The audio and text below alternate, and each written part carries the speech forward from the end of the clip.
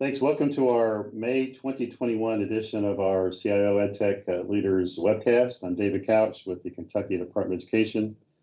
We do this once a month to bring up to date and get interaction on the things that are the hottest at the moment going forth, but also taking a look back over the past 2 or 4 weeks. So we kind of go 2 or 4 weeks and then in the front, 2 or 4 weeks in the back, but a little bit further than that as well. We have Go Soapbox available for you all to be, and I sent that in the link for you to buy any kind of questions you may ask or discussion, and we'll address those ones that bubble to the top. We also have some Go Soapbox questions and poll questions for you to respond to. So Andy and Megan, you can open those up. We can talk about that ahead of time for you all to give your input to, and we'll address those throughout the meeting. So let's first of all start with congrats to all of us in successfully navigating a truly one-of-a-kind school year. And for most of us, the school year really began about now. It didn't begin in the August timeframe. We were just finishing up a very unusual year for the last few months of it. But then we're trying to plan for an entire year going forth and how to begin a year and all the things that had to be done, and then all the unknowns that we were dealing with. Try to take yourself back to May of just a year ago. It's pretty phenomenal the path that we've taken in the course of a year and where we're at right now. But all the work that had to occur over last summertime was pretty amazing, and adjustments too. It wasn't just the technical part. There was people that we had to adjust how we did non-traditional instruction for an extended period of time to try to make that a better experience for all the students, and recognizing, what is it going to be like when our teachers actually go back in the classrooms and broadcasting from there, and how do we reach X% of our students that may not have internet but beyond the school campus, and trying to improve that along the way, which I think for the most part I would give the state of Kentucky, all of our school districts and all those are the partners that help make that happen, Department of Education staff, is an A. Now, did not all students get the full educational experience? I would say that would be true, and that some of the effort this summer and then really next year with extended school hours to try to address that, to try to address some of those needs. But under the circumstances, I think it was pretty incredible, the things that we were able to do. I even noticed in my background, and so I'll just do here, there was a movie, Groundhog Day, which is one of my favorite movies, and there's that scene where Bill Murray says, anything different is good, where he's lived, I don't know how many years, the same day over and over again. So there is something really different in this picture that you see behind me, the view that you see behind me. It's not the things in this office, it's the things outside the window. So the change for me coming here, and I always look forward to the day of seeing something not there. And the something not there in that parking lot are the COVID-19 testing stations. There was probably 8 tents, 9 tents, as I can recall, something like that, spread throughout that parking lot. And testing was occurring even last week. So to come in today and see those all gone is a good thing for us, and a great indication those are gone. Before this meeting began, I shared something that was in yesterday's Lexington Herald about the University of Kentucky. Their employees are going to start to come back in July, and expected to be at the same kind of level that they were before in August. That those, they had a mixture of people that were telecommuting and full-time on board or on site, and they anticipate to go back to something normal in the August timeframe, which sounds about right. What we're seeing in the recent announcement by the CDC and the governor's office announcements about the guidelines going forth. We're still trying to figure out what settings are okay and not okay to do the physical distancing and the masking and everything else is in place. But truly, it's pretty amazing just in the course of the year, all that has transpired. and where we're at today in just less than a year. I would be honest with you, expected it to be a little bit longer than that, but it is pretty fantastic of the people that came together. I tell folks there's certain parts of your life when you go through something pretty intense that you never will forget the people that were around you during that time. I give examples of we had a Kentucky Digital Summit last week, and then we had a meeting afterward. But there's been some intense things in my life that I've gone through and you're going through it together with folks, and it bonds you for a lifetime. And I really truly feel that those that I've worked closely with here in the Office of Education Technology and our districts and all of our vendor partners, that everybody just came up really big during this time. Not 100% perfect, but my goodness, pretty big during this time. You just never forget them. So thanks to all of you that helped put that together and helped us successfully navigate this journey really over the past 12 months of preparing, ending a school year, and not taking any time off or much time off, and preparing for the next one to get our state off to a good run ago. So I wanted to take some time to pause and reflect upon that, plus some other really cool things that have happened that I have listed here in the agenda. Jeff, I'm going to turn it over to you for talking about our StLP Regional State Championships. Obviously, that was the first time we did both those virtually, and under the circumstances, I think very successful. Yeah, thanks, David. So absolutely, and I will say that I am officially, I'm here. This is not a background. This is the real deal at the Kentucky Department of Education. David's right over there. So it kind of is a highlight for me also to be able to come back to the office and get some things done. So a quick thank you to everyone who has helped us over the year to pull off StLP. It has been quite a year, of course, for everything. And we made a decision in the beginning. We had lots of conversations. Is this the kind of thing that we put to the side? Or is it something that is valuable enough that we need to keep finding a way to make it happen? And thankfully, we'd all agreed that we needed to find a way to keep making it happen. And we did with your help. So thank you so much for your support over the year. We have absolutely looked at it as this was a tangible solution. This was a tangible proof, so to speak, of the hard work that went into helping Kentucky students be essentially pandemic proof. And we have managed to find ways to still celebrate how students are using technology to learn. So again, thank you for that. This year, obviously different because we did the entire thing from start to finish. StLP was all digital. And it was a scramble sometimes, but it was something that I think turned out pretty good. On the last day of April there, we celebrated our state champions, which was a culmination of a year's worth of work. And at our state championship week, which was April 26th through the 29th, we had live challenges. Thank you to the folks that helped us pull those off online, our CIOs from around the state who stepped in to make sure that we still had these opportunities for students to live compete with each other. We also had literally thousands of digital products submitted as part of our DPOJ.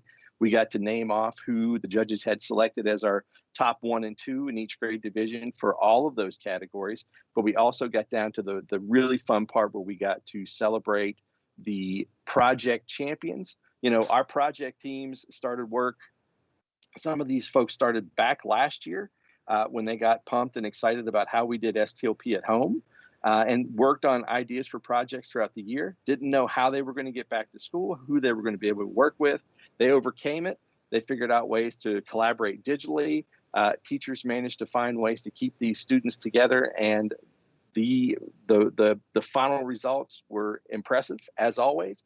But in my opinion, a little bit extra special this year, just because of the challenges of having to navigate COVID and being in person and not being in person and not knowing if you're going to get to meet with your team, not knowing how you're going to collaborate with folks. But what we saw were some spectacular things. So I'm going to give a quick shout out to our best K-5 team from Simpson Elementary in Simpson County, and our best 6 through 8 project team from SCAP at the Bluegrass in Fayette County. And of course, 9 through 12 best project is from the Trimble County. And of course, Best Technical, the Dave Sigler Project Award for Excellence, goes to the team from Russell High School with their VRED from Russell Independent. I'm going to put it in the link here in the chat. Please jump out.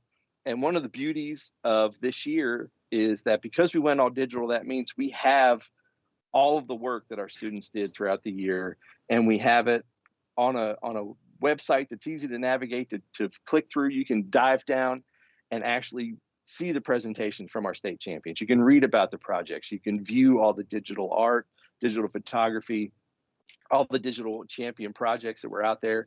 And join in. You can help us celebrate those folks and just spend a little bit of time deep diving. It's not the same as being in person, but looking ahead, we're excited for next year. We're excited for the opportunities that we're going to have to reconnect, to build on the momentum that we have from this year. We learned a lot of things. We figured out a whole lot of stuff that we could kind of maybe didn't need to do, some things that we needed to add in. So we're looking forward to next year because StLP is only going to continue to grow with your support and with your help. So thank you, David.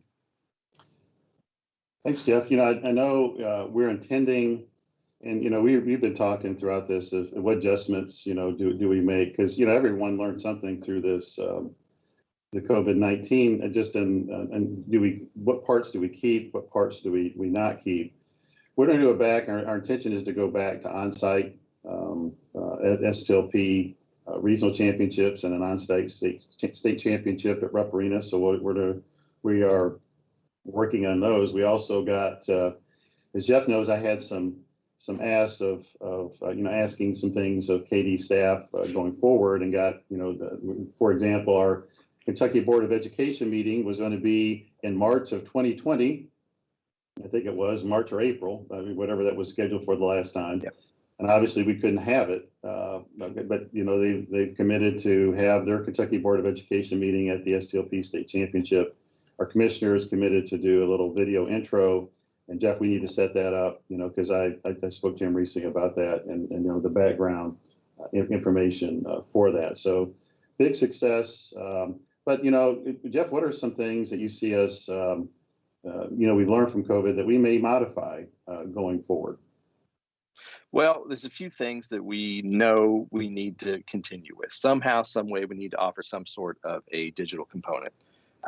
There's a lot of folks that they still list their challenges for like competing at regionals, for example, on getting a bus or dealing with subs, etc. So if we can find a way to still offer a digital component, we need to do that. Also, we really are in a great situation to have the Kentucky Academic Standards for Technology approved, going into service, so to speak, starting with the next school year. So we have tried to make it even easier for folks, and we're aligning all of our StLP resources with technology standards.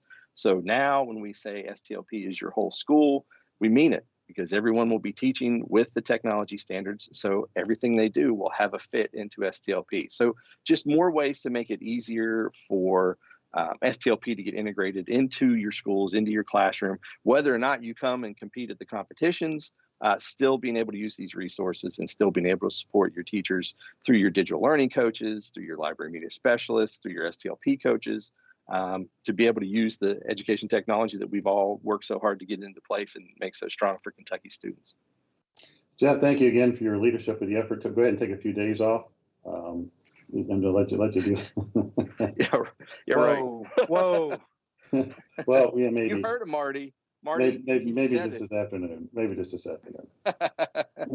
Thank you, everybody. Appreciate it. Thank you. Another big success that we've had that we didn't get a chance to kind of talk about it last year because as soon as we had finished online testing, we were getting ready to make a big announcement to a variety of media sources that Kentucky had just completed its largest scale online summative testing in Kentucky history. And the plus sides of online testing are pretty long. Just getting the feedback a whole lot back, faster to the person taking the test versus just an on paper is one of the ones. So you can actually make some changes and adjustments much earlier than just waiting for paper results to get back. But the line is pretty long. But the question would be, can you do it? Not should you do it, but can you do it? And so we had never done to the scale that we did last year. And I think we did the middle school, high school, middle school, elementary, as I can remember, kind of testing it. This year, all grades were tested. I think we had 770,000 something tests taken last year, close to 400,000 unique students taking those tests. Mike Ladingham, I know you have someone that keeps up closely with this, Paul Shoemaker, and you. I don't know if there's any other things we need to do. I did want to talk about the numbers that we have for this year. That there's still testing going on this week. I think the biggest number of tests were last week. So, Mike, is there anything you'd like to add to this? No, David, I don't have anything really to add other than I think we all need to reflect on the monumental achievement that's obviously been achieved this year, not only with just the growth in what we've done around online testing, and everybody's contributed to that, but under the circumstances by which we've done it. And we'll share, and we will continue to share out some specific details regarding the numbers and so forth. That's information that we do track. So we'll be sure and share that out to make sure that everybody can reflect on those numbers. I would encourage districts to look at that individually for themselves as it applies to their district, as far as the progress that's been made and how that's, and really give us some direct feedback on, we obviously our Office of Assessment and Accountability is capturing information and feedback on how things have went and so forth. And where, as you mentioned, Paul Shoemaker is our contact that works directly with that office on a daily basis. So we do get that feedback that way as well, but certainly be open to giving us direct feedback through your CATS regional engineer or contacting one of us directly and advising us on things that you observed, things that you feel like would be worthy of noting as we go forward and continue to grow in this area and be a leader in the nation in this area for sure, as far as the progress we've had. And success. I gave you, I think we were around 770,000 the previous year, hey Brian, and now we're up to over 1 million. We're getting close, and we'll see what the online testing does for this, like close to 1 million just in K-Prep tests. But we also have been piloting the social studies test. So if you combine those two, we are already over 1 million successfully completed. Was it 100% perfect? Nothing is, but to be honest with you, in the scale of magnitude that this was done in the conditions, as Mike's saying, incredibly successful. So it shows the services that have been put in place that have come in very handy, obviously for NTI, an extended NTI, have also come in very handy for online testing. And the reason I want to plug those is as we go to the legislature and try to get additional funds or keep funds, it's always worthy of mentioning these large scale types of things that are successfully able to happen because of these being in place and being done successfully. And without, throwing the names of districts that touch Kentucky under the bus, I can tell you that none of the states close to Kentucky, touching Kentucky, have had this level of success.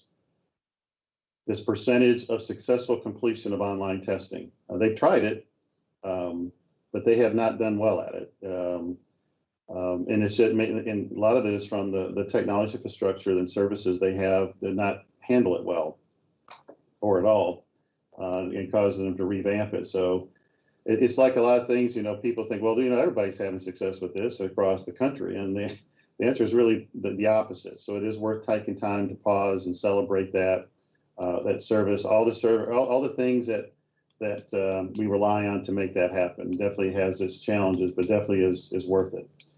The last part I'd like to say is cause, reflection, celebration.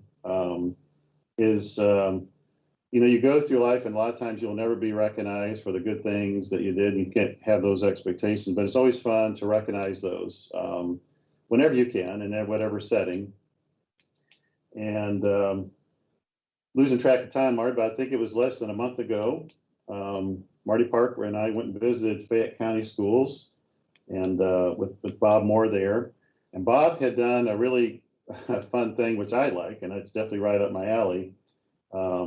He had one of his staff members who's done a lot of good things for education technology for a long time, Amy Johns. He arranged a staff meeting and, talk about, things that have gone well, not well, things they can improve on. And that was the context that the meeting was. But there was also a special presentation and award that was there. And Nicole Bauer was there, Greta Casto, and then Marianne Rankin was there to surprise someone, surprise Amy, with the Kisteys Making It Happen Award. Kentucky only gives that out once a year. They represent us at the international conference, which it does not happen in person, but typically you get to go there and represent us. But it was a fun blind side and a very worthy one. I think we even got a tear or two out of Amy, which is not easy to do, but it really definitely surprised her and humbled her and her staff. And we're happy for her, all the good things that she's done just recently with our CIO Summit, helping us with that service and providing that service online that we never had before. But it was just a fun thing of making a really, plus thing happen for someone that really wasn't expecting it, wasn't demanding it, but it was well deserved. So that was fun to see Kirsty do that. And Kirsty had also, we talked about in our previous webcast, there's some of the other awards they've given to their staff, and it's always good to reflect those. And I do want to just to say thanks to Kirsty. I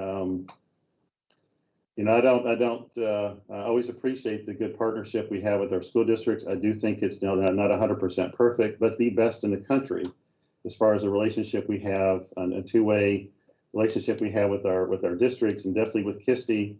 So I appreciate Kirsty, having let us be part of the Kirsty, event every year with the CIO Summit, and then with our staff presenting and interacting with the staff. But they do a lot of good stuff for folks, and they don't get paid tons of money extra to do that. They do that on their own. So everyone that signs up for those to make Kirsty happen, that's a job on top of a full-time job they have. But their focus is beyond their district. It's to better services across our state and across a region. So I always appreciate someone that's willing to take that and take that on. So thank you for all the Kirsty leadership, the regional leadership they have on making that happen. It's a wonderful thing. This does not happen across the country, and I think every state does this and has this. It's not like this at all. So it's really one of our great gems that we have in this state, GEM, not GYM. So appreciate the Kirsty and the Kirsty team, and of course Amy. Let's talk about EdTech funding. Mike, I'm going to have you join me on here with this, where we're at currently. You've seen some recent announcements that came out, I want to say mid last week, about the $50 per household for internet access, along with buying a up to $100 device. That was broadcast out for a variety of different places yesterday, but we've been talking about that for 2 or 3 months, including, if you take a look at our summary notes last month. Within that announcement, within that site, you can see all the different providers that are participating in that, which is, I'm trying to identify. I've looked through it. I can't see a Kentucky company that's not participating in it. Maybe if you have some local one that's not, but it looks like everyone that provides internet services in any kind of regard to the home looks like they are one of the eligible organizations that folks need to apply to. And given the high percentage of free and reduced lunch we have in the state, and that really, because it's so high, that really a very high percentage of our entire school systems get it, all their kids, it's going to be a very high percentage of our families are eligible for that. It's $3.2 billion. And so as you're trying to make decisions about what services you pay for beginning the next school year and then after next school year for internet access beyond the school campus, I encourage you to stay up to date and promote. That is one of the options for your parents as well, if the school district's not going to provide that with the CARES funds or other funding sources that you all have. There's another funding source, $7.1 billion. This is part of CARES 3. So the $3.2 billion was part of CARES 2. The $7.1 billion is part of CARES 3. And that has not been finalized, all the guidelines associated with that one, but that one's particularly targeted to K-12 students beyond the school campus versus just the general population like the $3.2 billion is. And to finish that part up is talking about internet access beyond the school campus. Our In the last legislative session, our legislature identified $300 million from state government, not K-12. K-12 state pot of money is different from state government, but from their over $2 billion of funds, they identified $300 million that will go toward the last mile beyond the last mile to the home for the general population. And there was something about them they're matching, and I don't know exactly how that works, but supposedly another $300 million is being matched. So an incredible amount of money is being made available beyond just the CARES 2 and 3 and 1 money that you all have. So there's a variety of funding sources that are going beyond the school campus to try to address internet access and services. Mike, I'll let you hit on a couple of EdTech funding. Yeah, and I'll just add to what you were saying there. Obviously, we've spoke to the influx of these funds that have been coming in, which is a great a situation to have. Sometimes we want to refer to it as a great problem to have, because we do need to make sure that we're looking at these funds and we're coming up with ways that are definitely appropriate and useful of how to use these funds. And we've got state initiatives that we are continuing to look at of where these funds can be maximized and utilized on behalf of all school districts. So I don't think we were intending to go through a list today or anything of that. We've done that in the past. We'll do it in the future to talk about where those are at. And then also we got to keep our eye on the fact that this influx of this funding will eventually go away. And we have to make sure that we have our planning and we're doing things to prepare us for whenever this influx of funding kind of goes away and we don't have quite as much money to work with, because that time will happen. It's going to happen and so we've got to be prepared for that. And I think we all just have to be mindful and thoughtful that it was obviously a topic of our CIO summit and something we all have to keep in mind. So going back to some of our foundational kind of things, programs, CATS offers. The third offer, hopefully districts are seeing that, it's $6.50 per ADA, which takes the total up for the whole year to $21 per ADA. We do not have a finalized projection yet for next year on the offers of assistance. We're still finalizing our information and our budget information and operational plan for the upcoming year that will be presented to the state board in July or August. So that is kind of included and comes out of that, but we'll know before that date kind of what it is and so forth. I do feel pretty comfortable in saying that we anticipate it'll be at as much as it was this year, being the 21, and hopefully some amount more. But again, don't write that down, don't mark that down. As Mike said, that's official or anything, because we haven't finalized what that offers is, but we do know you all want to know that. The other thing I'll just give a quick reminder on the E-rate is look out for those PIA reviews that occur as part of the applications being reviewed and approved. Make sure you're paying attention to that, being responsive to those, so you get your applications approved without issue. And then be prepared to do your 46s when your applications do get approved. And again, those are just kind of some housekeeping. Pay attention, keep up with that stuff. If you're new to it, don't hesitate to ask for assistance or guidance for your KE. They'll either be able to help you or direct you to somebody up here on our team, either Scott or Caprice or myself, to give you some guidance and assistance on making sure you're navigating the E-rate program most successfully. Mike, you mentioned the July, August. I think August is a time frame that we present to the Kentucky Board of Education, but typically in our July webcast, and I know really over the years, our May webcast is viewed by a high percentage of districts, but June and July is not. The people are just out.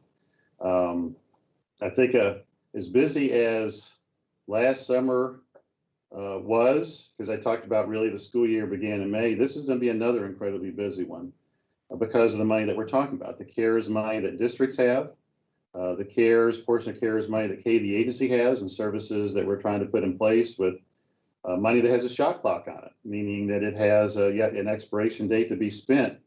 And so you have to move, pretty quickly so that money is not lost in certain categories. And it depends on which flavor of CARES money that it is.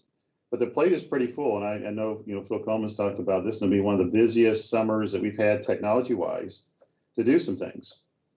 And so I do hope people get some time off in between, but this will be a busy time.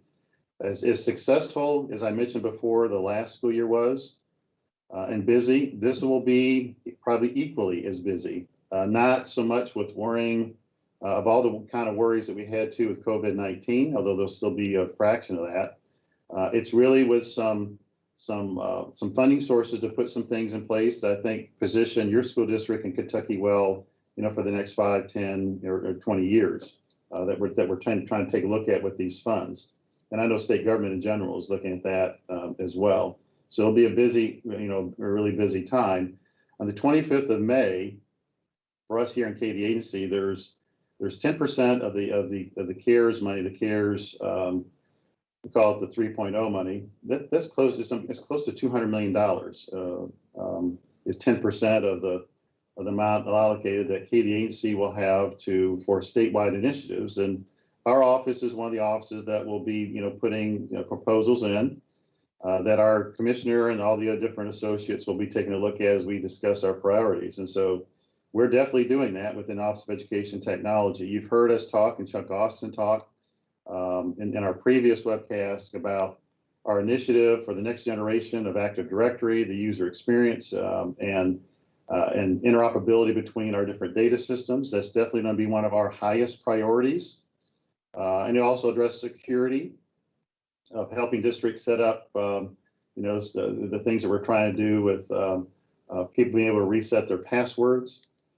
So that's going to be a big part of our initiative, is making it so that's possible from a licensing point of view, but also from the people side of it, augmenting the district staff to help you all come up and put some things in place that are part of that package that maybe you've been paying for a while, or you haven't been. So it helps us prepare for Active Directory, but also all the security aspects. So that's going to be one of our very top ones that we put in place.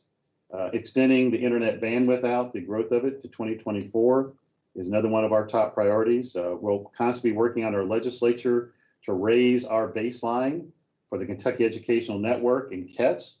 I can just tell you it's going to be very difficult during the next 2 to 4 years because our legislature is aware of all this CARES money. But we're still trying to keep it on the radar screen because, as Mike mentioned, at some point it goes to zero. And so we're continually trying to make sure that we're trying to put that in place. So, something we put in place now does not totally go away, or we got to ratchet it, way back down. So the internet bandwidth is another thing we're looking at. The stuff in the virtual world. We have a state board meeting this afternoon. Marty Park will be representing our office. I'll be on there as well. Marty's going to talk about that here in a little bit. But definitely we see a stickiness factor, and we talk about what sticks is virtual learning is going to be an option we see in a very high percentage of districts going forward. In fact, during this board meeting, 109 of our 171 districts applied to provide a virtual learning option the next school year, and the waiver of the pupil attendance the way it's normally done, which tells us the great interest in that and the great stickiness that's going to be associated with that. What we're doing with digital learning coaches, I think during the pandemic, it took a while for folks we've known all along, even since the 90s, how valuable that role is. But during the pandemic, it really got on front and center how important it is to have people on your staff that show you how to maximize the tools that you've already purchased or that you are just newly implementing. And definitely your digital learning coaches and your team and a variety of other folks played that role. That's going to be one of our top priorities, that providing a statewide service to do that. The other items, for example, we've done through the Infinite Campus, the online registration, I think, was a grand slam from the feedback I got from districts back in December. I would say at least 50% of the districts mentioned that as one of the top successes of the school year, and they would continue it on. It's our intention to use a portion of our funds to pay for that. I don't know if that will be approved or not, or that'll be shifted over the districts with the CARES money, but it's our intention to do that along with campus learning. The tie-in with Google Classroom and Infinite Campus is something that was very positive, and we'd like to keep going forward. And we have a variety of other things that we're taking a look at to include in that. I would know better sometime after the 25th of May is which one of our priorities got approved and did not get approved.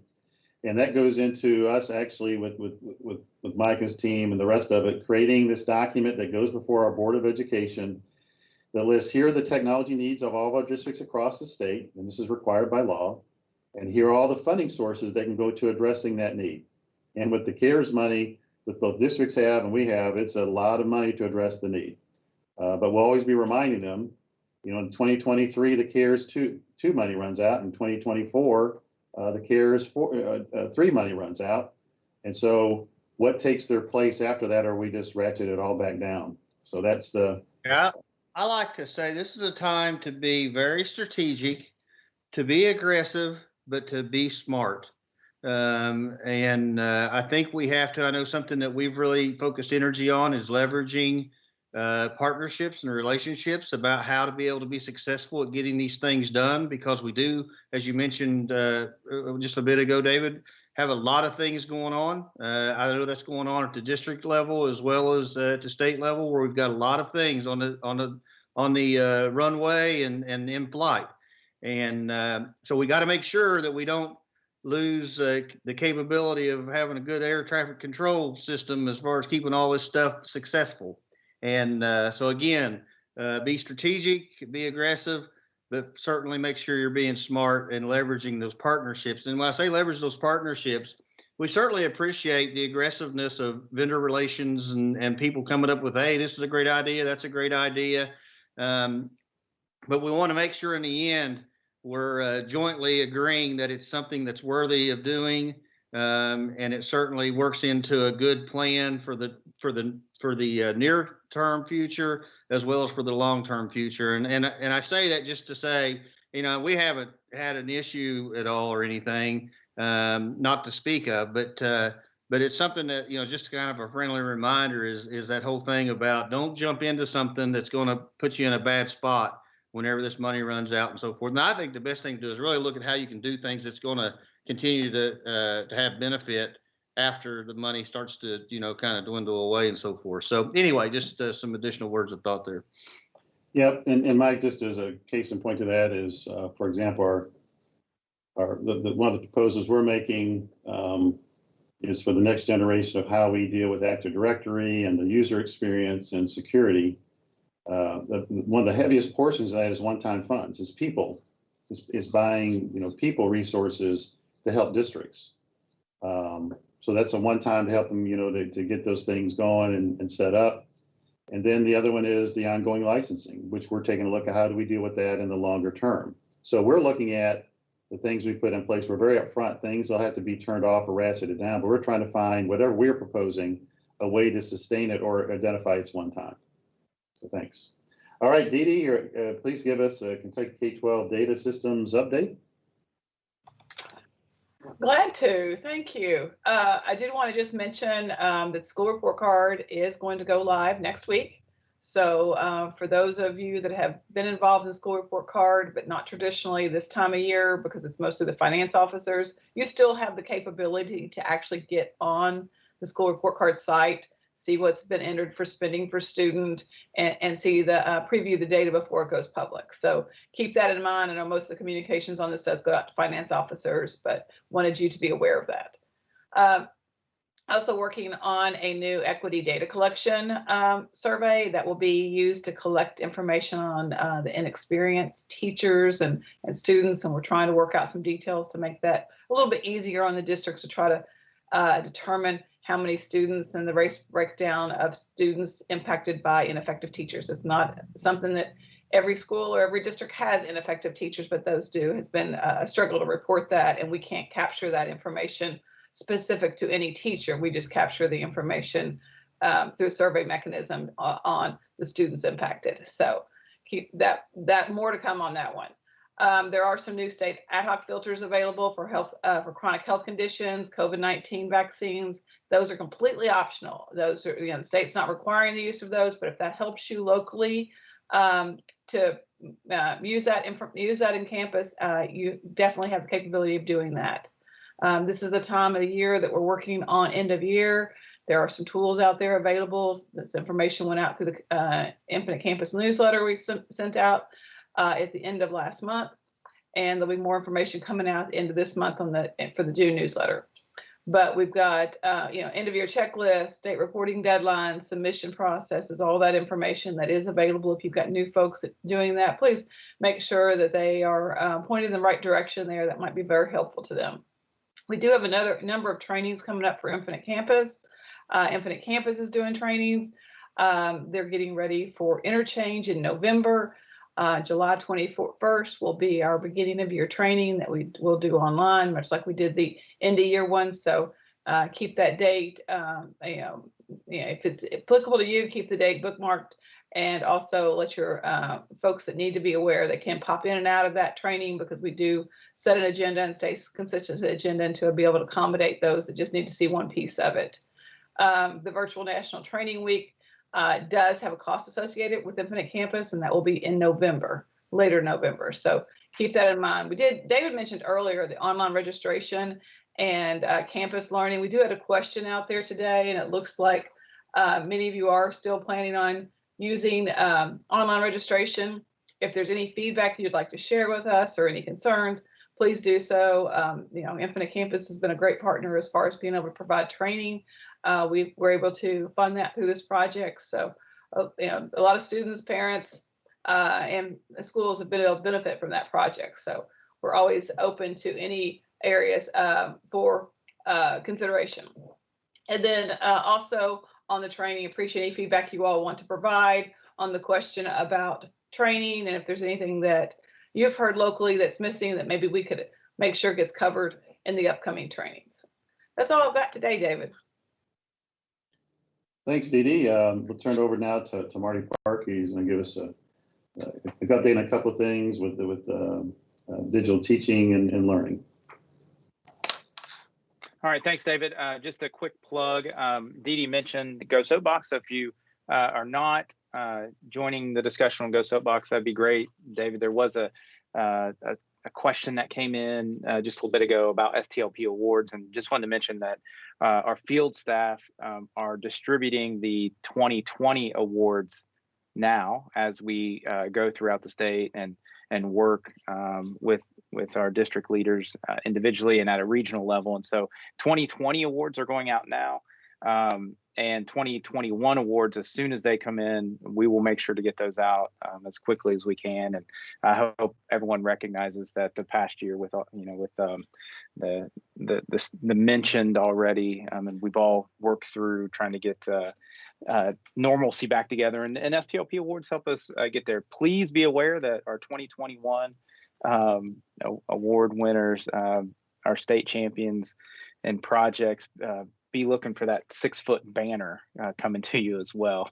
So be prepared for that.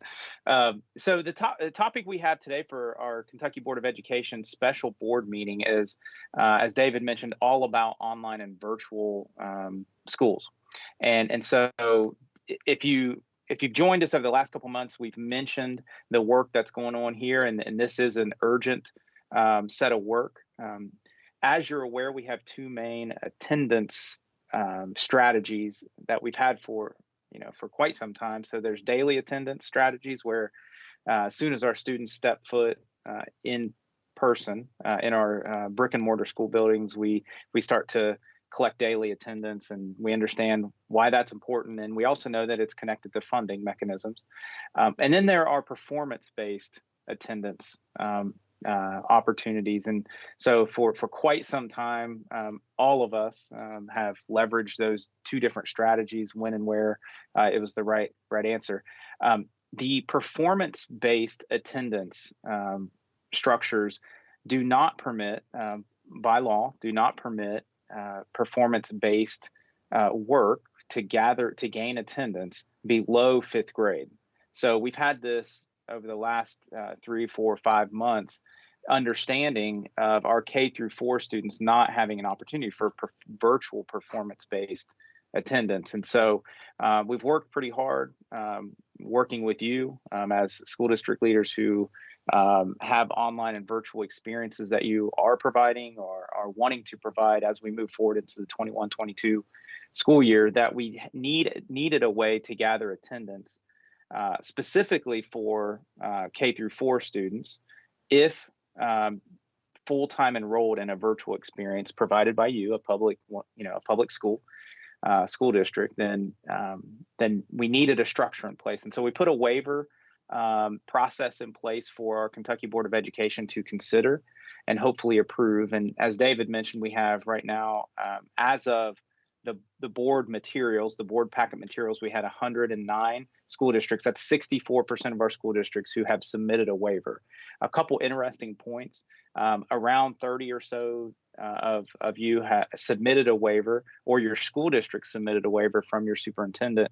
That is still pending local board approval, which is a requirement.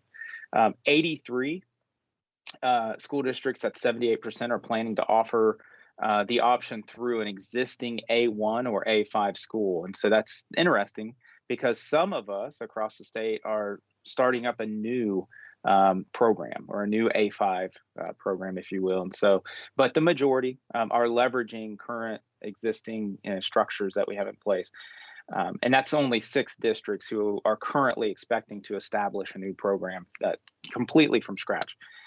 The academy model is the model that in the applications that is most popular right now. So we have an academy approach where that's a school within a school, and then we have the program approach, which is generally that A5 classification. What's interesting about all that is that prior to the pandemic, we knew, and we've been working with for a couple years now, the value of online and virtual school options. We've had students all across the state who needed full-time enrollment for a lot of different reasons. And we've had students all across the state who have excelled in a full-time enrolled online and virtual school experience. And so what we've known for quite some time, and this is pre-pandemic, is that 84% of our districts have offered some flavor of online and virtual options. And so that could be supplemental coursework, mostly performance-based, as I mentioned before, but mostly some, in some part-time capacity. So the big keys here as we move forward is that as we expect more and more districts to engage, we talked about this at our CIO Summit quite a bit. We got some great feedback. What we would urge right now is if you're not involved in those conversations, which we know that we have EdTech leaders who are not a part of the big conversation, please nudge your way into that. We see the value of our EdTech leaders being in this conversation, regardless of your experience in the past with it. But we need you involved. We need to be involved from an education technology experience, not just for the digital workflows and efficiency side of EdTech, but also the learning side of education technology, especially in terms of online and virtual schools. So this is a big topic for us today. Our Kentucky Board of Education will hear the waivers.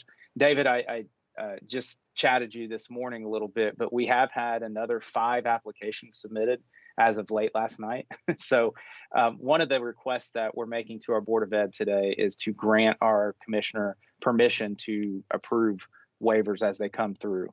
And so that's important for us because we know that we have many school districts today that we've not heard from. And so we want to make sure that there's an opportunity through the 21-22 school year. So David, that's the online and virtual schools conversation. I'll go ahead and I've got a couple other topics if I can. Please do.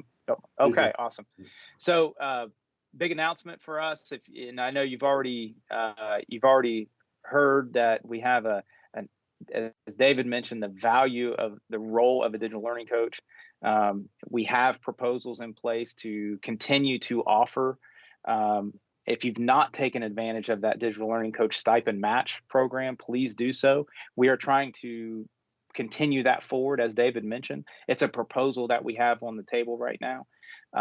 But the value of building the network to about 2 years ago, be less than 100 digital learning coach roles recognized. We've pushed really hard on the people side of K-12 EdTech in our state. And so as of right now, we have well over 500 recognized and established digital learning coach roles across our state in our school districts. That is awesome. We see that continuing to expand. Now, those are full-time, they're part-time, they're stipend. But what we know is when a school district recognizes the value, when your leadership recognizes the value, and you offer a stipend to a great teacher to serve in that role of digital learning coach, then we see that progression of then becoming a part-time role. And then we see that progression district by district where then it becomes a full-time role. And so kudos to districts who you are continuing to move that forward because of the extreme value. So June 15th, if you're not aware, we have our statewide digital learning coach summit, just like we had last year. As of right now, over 270 folks have already registered for that. We expect more as folks are planning their summer out. Marsha Kish will be leading the first half of the day to level up our coaching skills. She's well known and championed by ISTE, FETC, Future Ready, and others. The other part of the day, we're going to focus on the new Kentucky Academic Standards for Technology, a new dashboard that has been created to recognize teacher resources as well as student examples, and as well as some other coaching opportunities being made available to the upcoming year. So mark your calendars for June 15th for our digital learning coaches across the state to join in a summit that just as we did last year and had a lot of success there. So David, one more plug to join us on Go Soapbox. We're getting more and more responses in our 3 questions that we asked, and I know we'll check them later, but we're right now about 50 folks or so have responded, so that's pretty good, but we'd like for more to jump in there. Please do. Yeah, I was just looking at some of the responses there. So please we use that for a variety of purposes, so we can get what we think is feedback from districts on items so your voice is heard. Next up, Mike, I'm gonna have you join me on this. We're gonna talk about CATS product standards, why those are important, why we have them in place, along with some of the contracts we have in place. So Mike, I'll let you do a little intro that I'll add on to where. Yeah, I'll go ahead and jump in and then you can add on. There's been a variety of things, obviously a flurry of activity, contract-wise and so forth, that's occurred over the last year, and it always prompts some review and discussion that needs to occur around our CATS products and standards. And so I know I've had a variety of things that have kind of made me and remind me of some of the conversations we need to regularly have with our school districts, and then some recent activities that have prompted some things that I think we need to remind and advise our districts and our partner community on around our products and standards. So, one of the things I like to start out when we talk about our product standards is, the primary reason that we do product standards, which we establish typically through doing a CATS contract, is the driving down the cost. We basically equalize the cost and drive down the cost across the state that benefits all schools, all school districts. There's the value of the support and maintenance and reliability that comes from having product standards, again, in the right places for the right things. The interoperability, the security advantages that we get by doing that, and then a host of other things that kind of come under the umbrella of that kind of area of why we do it. And then we don't like to ever start out with, but there is statute and regulation that really requires us to establish product standards where appropriate, and to make sure that we monitor and that we basically advise and support the recognition of those product standards as relates to the CATS program overall, the offers of assistance, the use of money, the spending of any money.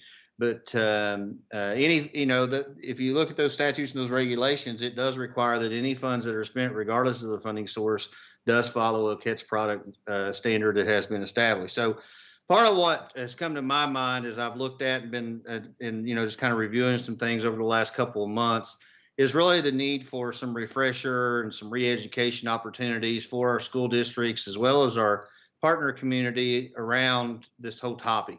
And so we're going to be doing that through a variety of methods, as far as just creating an opportunity for, to make sure that folks are aware, do understand the intent, the reason, and how we, manage CATS product standards.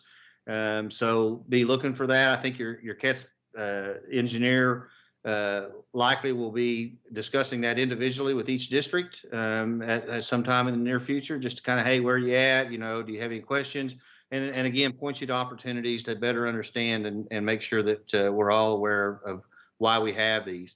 So, and also another thing I do want to point out is, you know, every district does agree to our product standards through our assurances that we have in place. The superintendent's assurances, our acknowledgement for offers of assistance, all point to and recognize our KITS product standards and the requirement for those to be followed. So wanted to kind of hit on just kind of speaking to that a little bit. David, I don't know if you want to add anything at that point. Yeah. I'm going to do some other things, but go ahead. Yeah. Yeah, and this goes back to the beginning of CARA, the importance of equity across our state, and establishing products and services that as people come and go in these positions, that there's some stability and some consistency. If I were to take a look at my peers, I was meeting yesterday with the state of Oklahoma, and Kentucky is usually given as the example of how to do technology, education technology. And it's not, I'm not kidding, is we're viewed as the national leader in education technology. One of the key things they're interested in is our product standards. How do we go about establishing those? And during the pandemic, those that did not have product standards, those that had a lot of on-premise systems did not do well. I would say across the country, whether it be K-12 or non-K-12. And so the discussions that you're seeing right now, we had our Kentucky Digital Summit last week. KD, the agency, is the state government leader in cloud-based computing and telecommuting. So, but the other state agencies are not. And so they're saying, how do we, the pandemic pointed out the real limitations of on-premise, the real limitations of everybody having their own thing when you're trying to make interoperability work. So we have many examples during the pandemic. On short notice, people are trying to tie into our school information system. Well, thankfully, we just have one. Oklahoma has 7. And I always tell them it's tough to make one work, let alone 7. But we were able to respond so quickly on almost every front associated with the pandemic because we had a product standard in place versus the Wild West, everybody choosing their own. And right now, states, state governments, and anybody that said everybody go off and do your own thing, and no business, no organization works to where you have several different financial management systems, several different personnel systems. They just don't. It's incredibly inefficient and it's incredibly expensive when you look at the holistic view across the entire organization. The other key component, the reason we have these things is the bids that we do, make sure they can work with the other components. So you go off and do your own thing. What you've done, your district, you have not well positioned your district in the short or long term as people come and go. As you come and go, your technology staff comes and go, your superintendent comes and go. And how do I know that? Because we've been the one called in when someone's gone off and done something that did not well position their district technology-wise to come in and see this unique one-off they've created in their organization. And as Mike says, it is, it gets product standards, and we've come up with them. It's not optional. It's very direct. We put it, not only is it in the law, but we put it in insurances to remind the superintendent. The superintendent signs off on these every year. Offers assistants have it part of it. It is a core fundamental part of KETS and a core fundamental reason that we've been so successful, just not, for the past, over the past 30 years for sure, but during the pandemic, why we were the signing star in the nation, because we had those in place. Now, we're not 100% perfect, but we will push back very hard on a district that goes off and tries to do their own thing in this regard. We have a product standard. For the most part, they'll be taking it out. They will be taking it out and replace it with the KETS product standard. As that person or that team comes and goes, there's consistency, and they've not created an island for their district compared to everywhere else in the state as people come and go. And that's told Oklahoma, the plus side of a campus is a person, as a student, as a teacher, as administrator, goes any part of our state with Infinite Campus or Munis, there's consistency. They don't have to relearn a different way. The records go back and forth instantly. There's no worrying about this conversion. Is this plus this really equal to this plus this of this other system? It is the edge that we have on the other 49 states, and it is willing and it is worth battling for to maintain that, because it has proven its worth during this pandemic. So, Mike, I'll turn it over to you to talk about our network components. Yeah, I want to talk about some specific things that I've just been prompted to take a look at through a variety of reasons over the last few months, and specifically to our network, our new networking products and services contracts, which just as a reminder, we have awarded 5 contracts for those the networking products and services. Each of those 5 contract holders has the ability to name reseller agents. So we obviously have the capability through those CETS contracts to have multiple products to choose from and multiple partners to work with for the services that are associated to those products that are being offered. And again, we've named these 5 vendors multiple times, but Cisco, Dell, Extreme, HP, Enterprise, and Juniper are the 5 contract holders at this time for those products and services. But speaking to those specifically, I want to speak to a couple of different things that have come to my attention, again, through a variety of ways. One is trade-in, the conversation around trade-in. So as I've looked at further into trade-in and how trade-in allowances are arrived at and what is acceptable, not acceptable, and so forth, there's a couple of different things that have come to my concern. One is the E-rate perspective on how trade-in allowances are managed and allowed and so forth. And we're continuing to investigate that and get some specific feedback from the Universal Service Administrative Company that manages the E-rate program. But at this point, just looking specifically at the language that's made available in discussions with other leaders in other states and so forth, there very clearly is some expectations and guidelines that fall under the category of gifting, and what's allowed and not allowed, and what crosses the line, and then therefore where you would be safe. Again, it's an area where I want us to all be thoughtful and use caution in that area. As it comes to the E-rate program, we don't want to put our state contracts at risk. We don't want to put any district at risk, and we don't want our vendor partners to end up at risk either when it comes to the E-rate program and our ability to continue to maximize that. Now, a second layer on top of looking at it from that perspective was just simply from the state perspective and our contracts and what our contracts allow and don't allow. And quite honestly, where we're at with that, and through conversation with our finance administration cabinet, we've come to the conclusion that our contracts do not allow for trade-ins. There are not provision, do not have language that allows for trade-in allowances. So I'm really further confirming that, even though I feel like I've got pretty much confirmation that is the situation. And I suppose I probably will say that is the status of our contracts. They do not allow for trade-in allowance unless there is something that is pointed out to me that would identify differently, pointed out to me in finance, and as well as the finance administration cabinet, that identifies differently. So that on itself puts us in a position to where we did not bid those with any kind of allowance or provisions for trade-in. And so our review and looking at those today and going forward would be that they do not allow for trade-in. So again, if there's concern with that, if you as a district or any of our vendor partners have concern about that, you need to let me know and advise me, and either through your KE or directly contacting me, so that we can understand what your situation is when it comes to that. And again, we've looked at the variety of reasons why people may want to consider trade-in. One of the things that comes to my mind most quickly is that the E-rate program requires you to maintain equipment for 5 years before trade-in even could be considered.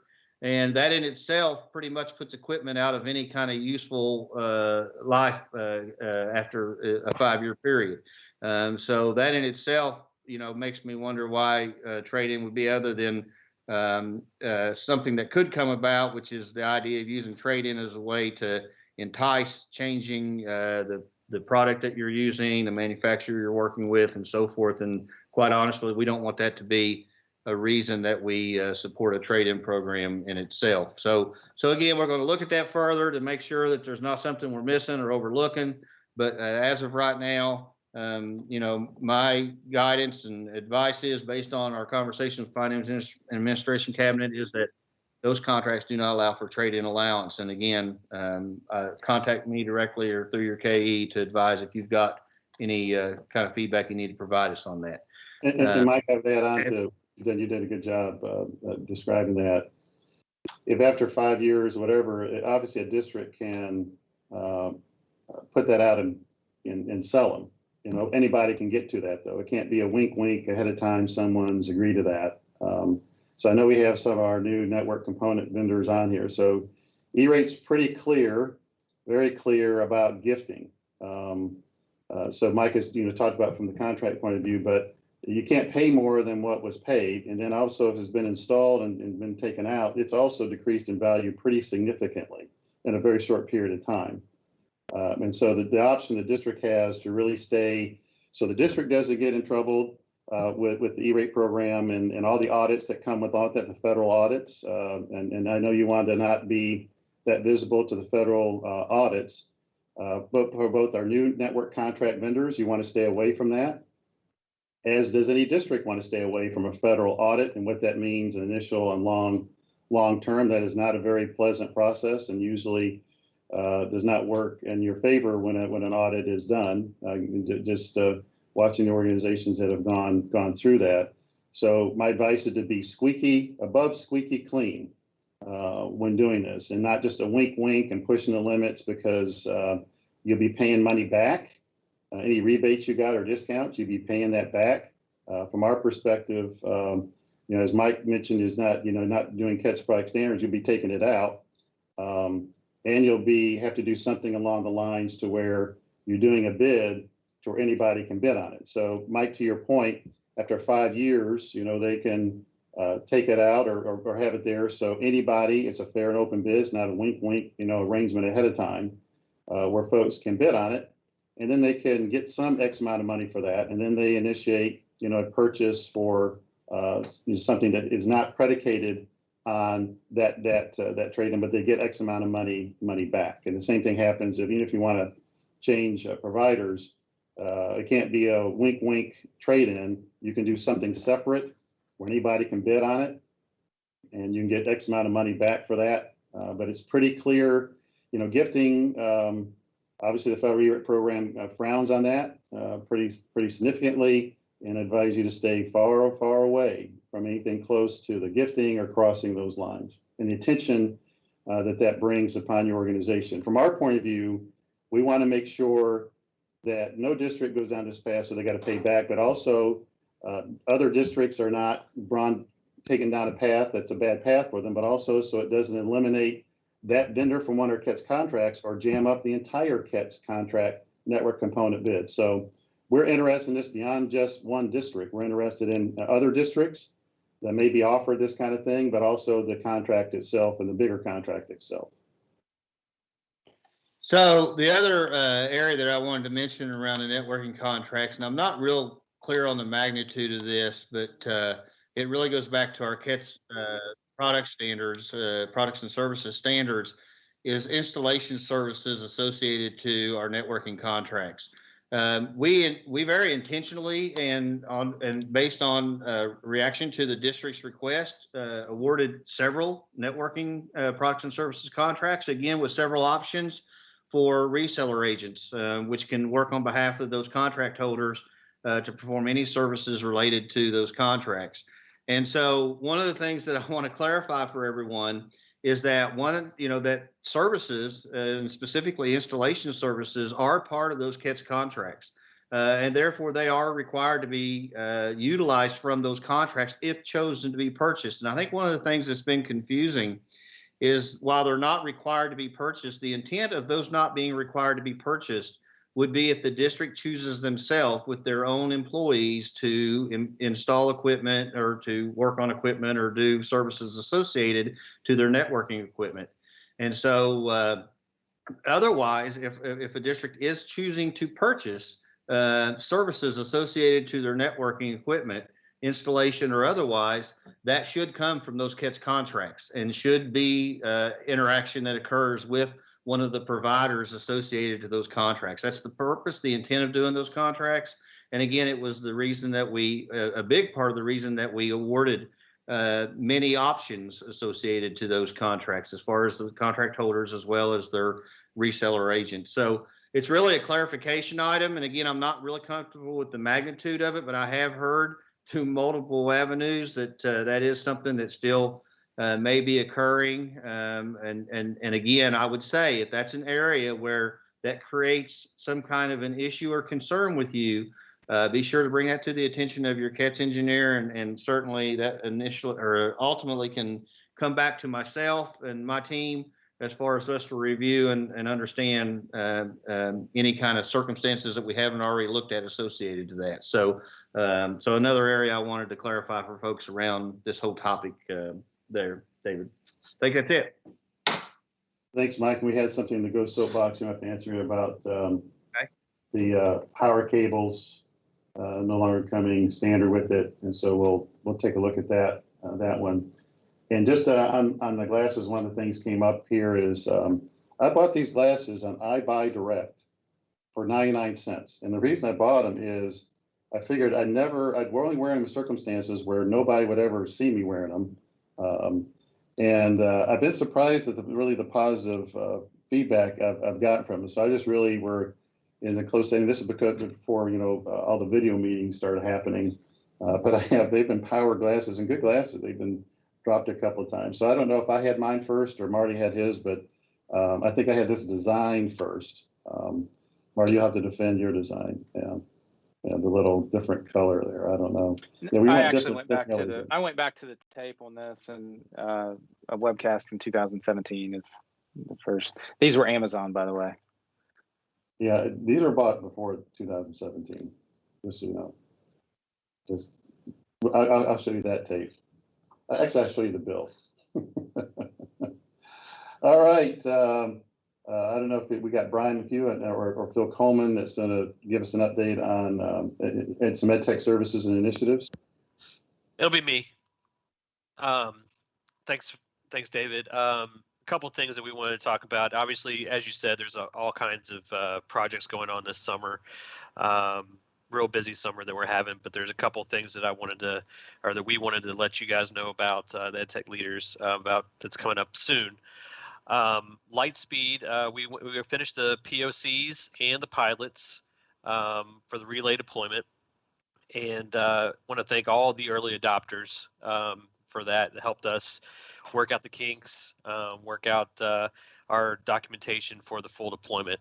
So we're getting ready to go into that full deployment, and we need to start scheduling. So we're working on that right now. We're working with the KEs on that scheduling with the partner, and if you have any kind of I guess let your KEs know if there's any dates that we need to be aware of for that.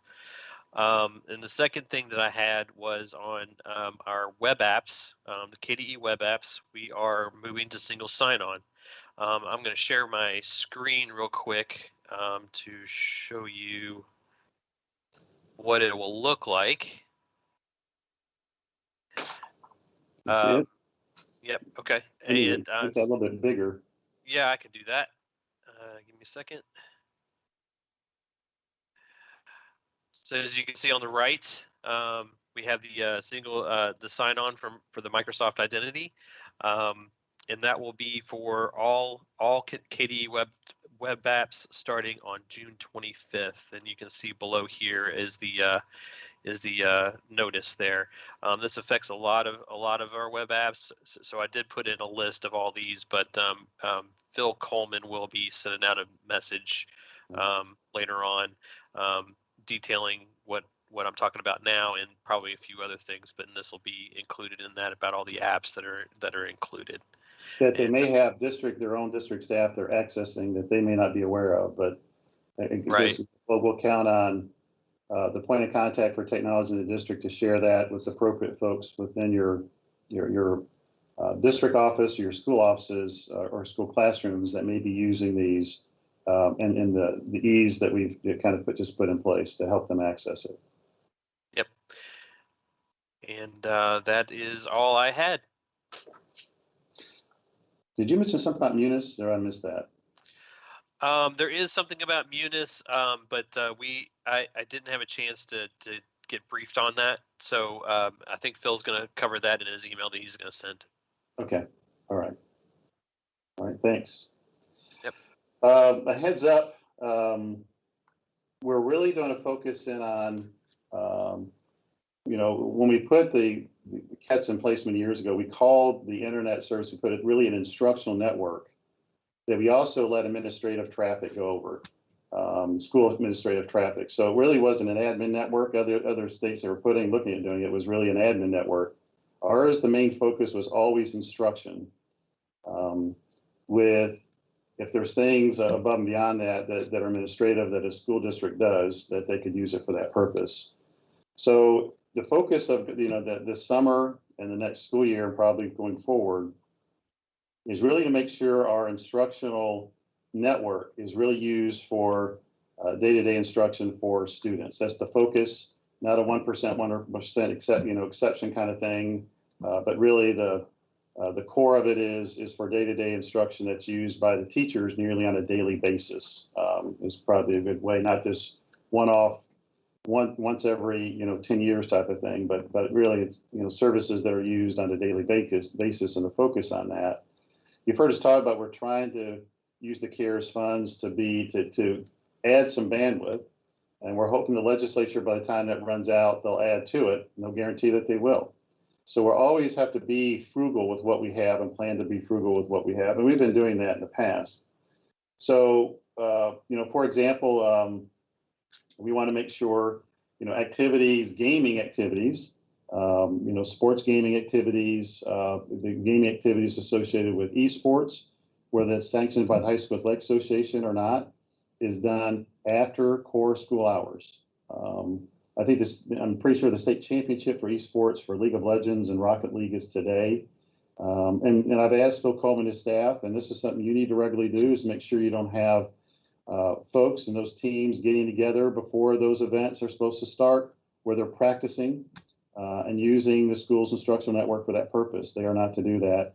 When we did a spot check, we only found one district of the 171 had crossed that line, and we will make you aware of it. But that's something you all need to do yourselves, because that should be a focus for you all, is to make sure that our K-12, Kentucky K-12 Instructional Network, is focused in on instruction during its core instructional hours.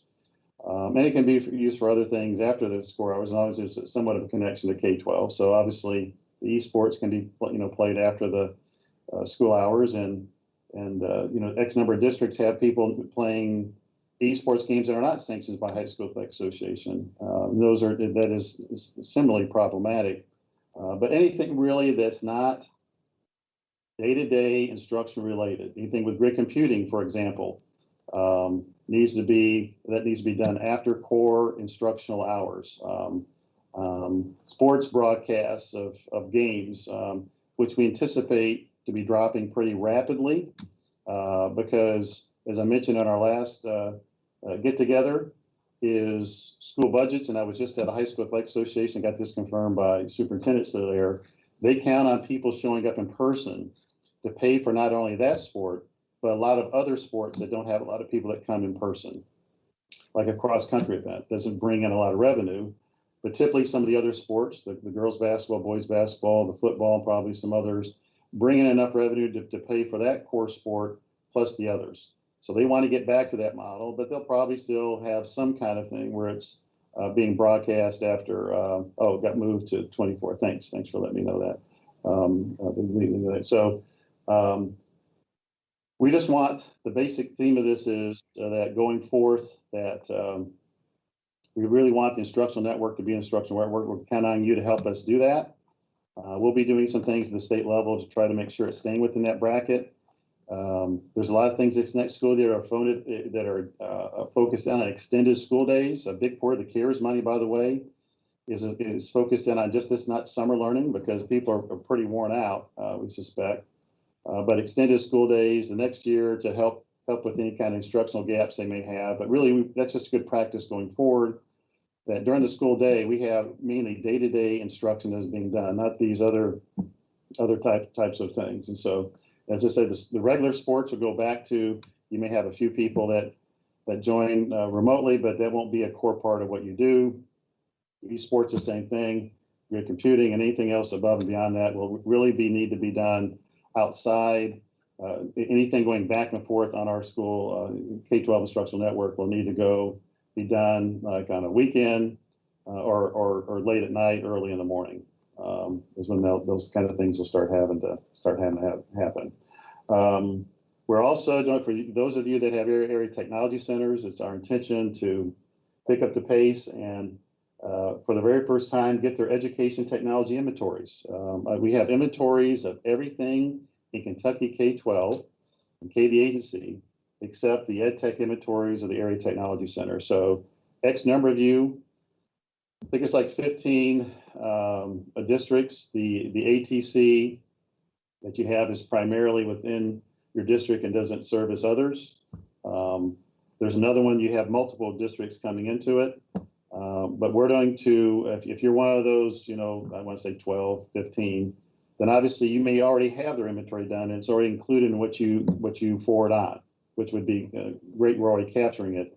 And now we just got to try to go capture these other ones that have 3 or 4, 5 or 6, school districts coming into it for the first time to get a snapshot what our area technology centers have regarding education technology. Not every technology thing they have there, because they have above and beyond technology that they use for all the different skills that they're teaching and life skills.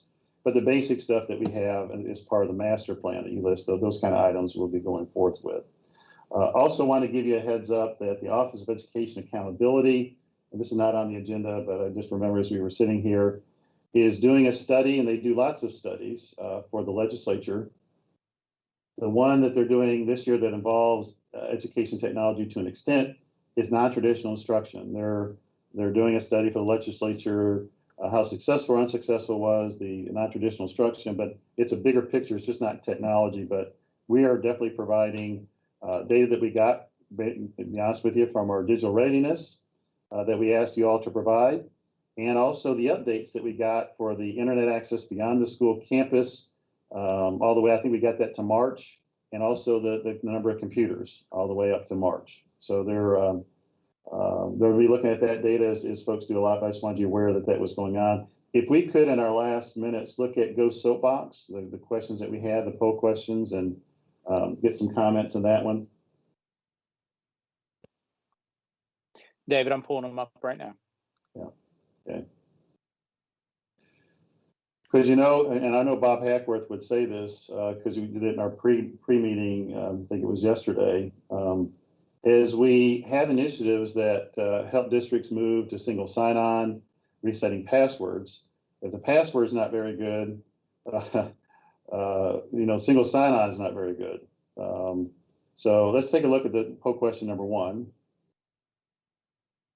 And this is important when every kind of superintendent group I'm in front of, I talk about the importance of this. It is full-scale cyber attacks going on. We had some of that dealing yesterday going on that we were addressing here in Kentucky K-12, but this is an important one to get on the radar screen. That was a goal of last June, so definitely I'm glad to see this one. Let's see the next one. This one had a little bit more mixed results, but I know, Bob, that pleases you to see that number that high. You have no idea. I really appreciate that. Yeah. How about your thoughts on this? This is probably expected, as you said, because conditional access isn't as well known of a technology as MFA. But conditional access can also help secure a login without giving the end user a whole lot of extra steps. And I think there's a really good reply to a question that is in in the questions area. And so I'd invite folks to go in there and take a look at that. It does a pretty good job of kind of describing conditional access and how it's best used. Okay. Thanks. Let's go to, I think we have a third one.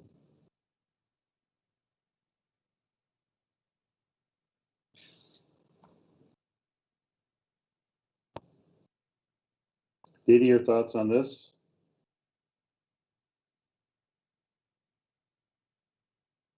I mentioned this when we were talking, you know, I'm encouraging districts to continue to look at online registration as well as campus learning. But this is a little bit lower than what we saw using last year, but not too much. Yeah. And I think it was when we had Pike County on in March, the cost savings too, to going online registration was pretty significant for that district.